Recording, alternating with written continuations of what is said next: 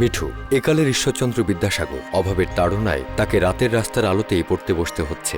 মেধাবী হলেও লেখাপড়ায় তাকে সহযোগিতার মতো কেউ নেই। সে ভাবে এমন বিপদে যদি কেউ হাত বাড়িয়ে দিত। মিঠু, তোমার অধ্যাবসায় আমাকে মুগ্ধ করেছে।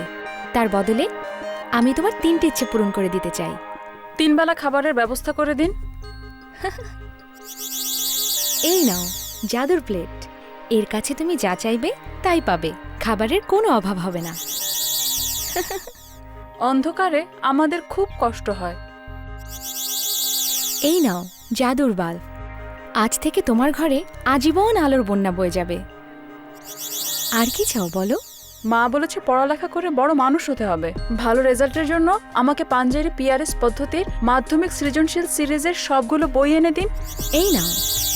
পাঞ্জেরি পাবলিকেশনস লিমিটেড, বইয়ের রাজ্যে সেরা।